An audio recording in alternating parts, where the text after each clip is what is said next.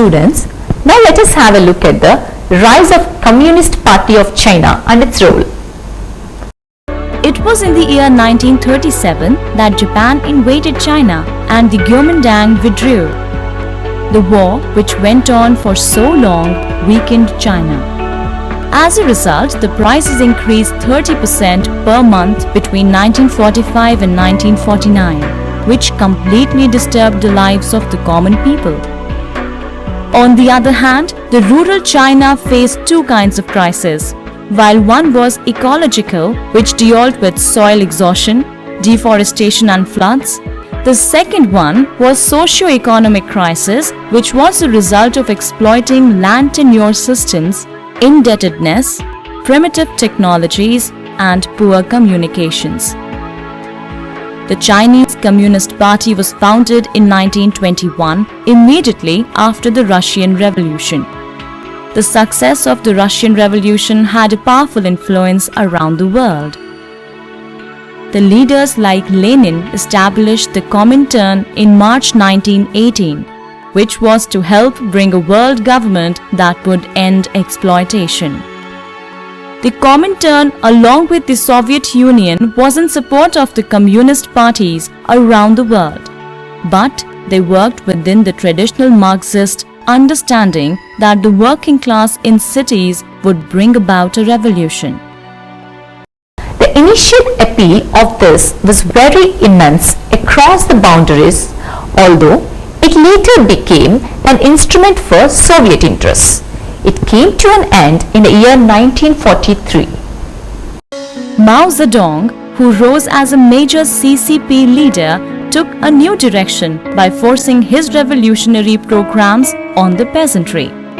The success of Mao Zedong made the CCP a powerful political force which eventually won against the Kuomintang. Students, the radical approach of Mao was seen in Jiangxi, a place where they camped between 1928 and 1934 to protect themselves from the attack of Kuomintang. A strong peasants' council or Soviet was organized, which was united through confiscation of land and its redistribution. The great leader Mao, unlike the other leaders, emphasized the need for an independent government and army. His awareness of women's problems led him to support the emergence of Rural Women's Association.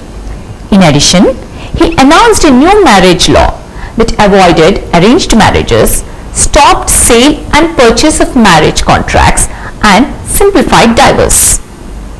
Students, the blockade of the Kuomintangs of the Soviet of the Communists forced the party to go for another base. As a result, they took to long march between 1934 and 35 of 6,000 difficult miles to Shaanxi, which was their new base. In the new base in Yana, they developed the program to end warlordism and carry out land reforms and fight against foreign imperialism, which earned them a strong social base.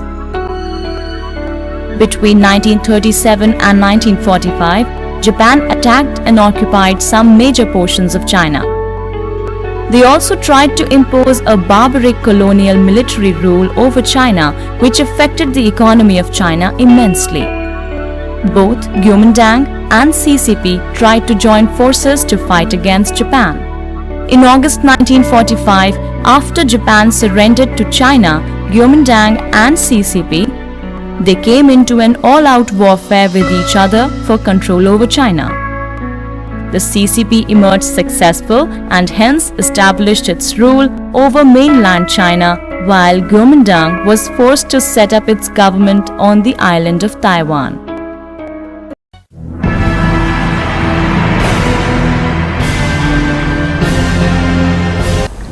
Students, now let us have a look at the second phase in China in which a new democracy was established.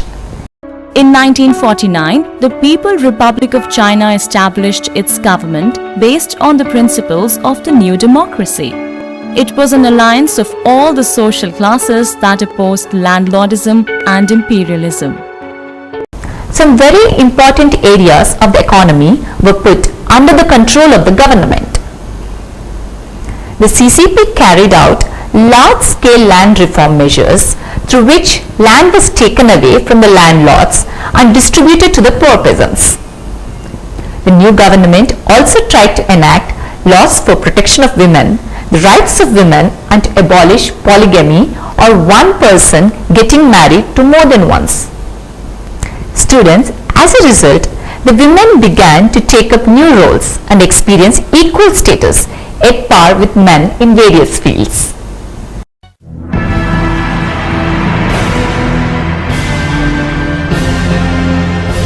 Students, after a couple of years of comparatively peaceful measures to understand the rural situation and forming peasant associations, etc., proper land reform was launched between 1950 and 1951.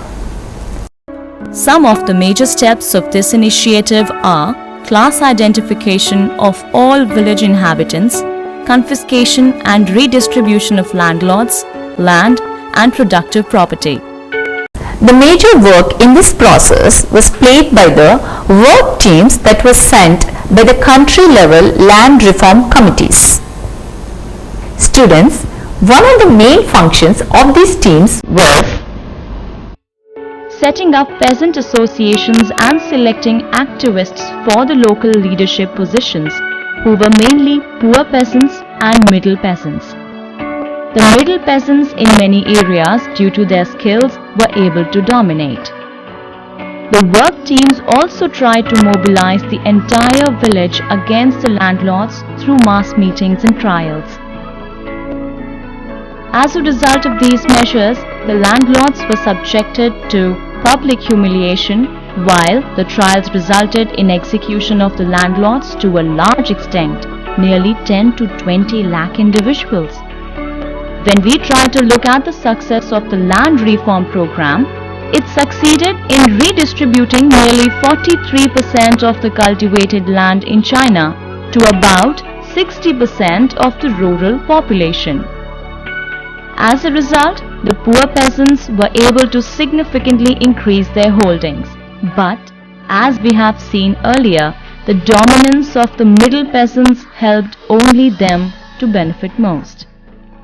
The economic efforts of the old elite or the upper class were taken away, and this resulted in the creation of a new elite class comprising the village cadres who came from poor and middle class. These people were brought in due to the efforts of CCP.